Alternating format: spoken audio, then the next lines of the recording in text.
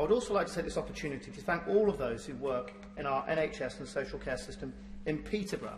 Both of my parents were nurses in Peterborough's NHS, and so I know firsthand about how much the NHS means to the people of Peterborough.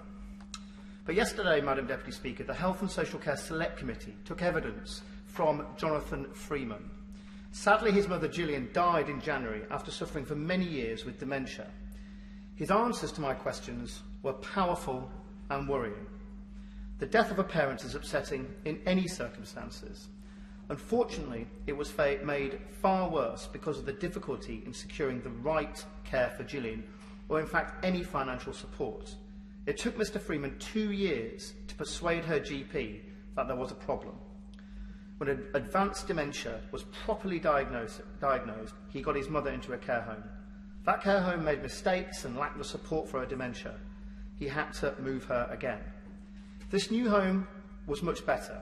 They encouraged him to apply for funded nursing care to meet his mother's needs. Years of savings were being rapidly depleted. A month of rental income from her house was paying for less than a week of her care.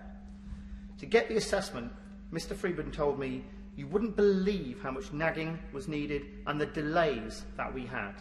But he got there, and he was told his mother qualified. The assessor even told him that her funding would be backdated. The assessor left, 6 months passed, he pushed for answers. The assessor had registered the claim on the computer, but never filed the paperwork. He was assured it would be sorted out, but instead the CCG secretly commissioned a peer-led review on the assessment. Someone who'd never met his mother concluded she should get nothing. They wouldn't tell me the reasons for that, he told me. They didn't even tell me that there was a panel. He appealed. They refused. No reasons were given. He told me, "I was a senior civil servant. I understand bureaucracies, but this was Kafkaesque." Her illness progressed. He didn't want to go through that ridiculous process again, at least until he was certain it would succeed. By this stage, she was immobile and unable to eat by herself or even communicate. So he applied, and after further delay, everyone agreed with all of the assessments, apart from one: mobility. The CCG's assessor argued that this had been the wrong hoist had been used, but assured him that this wouldn't be used as an excuse not to fund. But it was. He appealed, they refused, and again, no reasons were given. Mr Freeman had to sell his mother's house to pay for her care. She was denied access to a continuing healthcare package despite the clear view of 3 expert assessors, and she died without receiving a penny.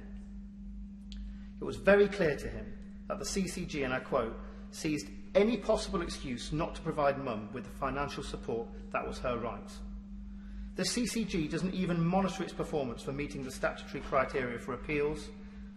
It took an FOI request for the CCG to admit it. Madam Deputy Speaker, the Queen's speech committed the government to bring forward proposals to reform social care, and we've heard scepticism today about that.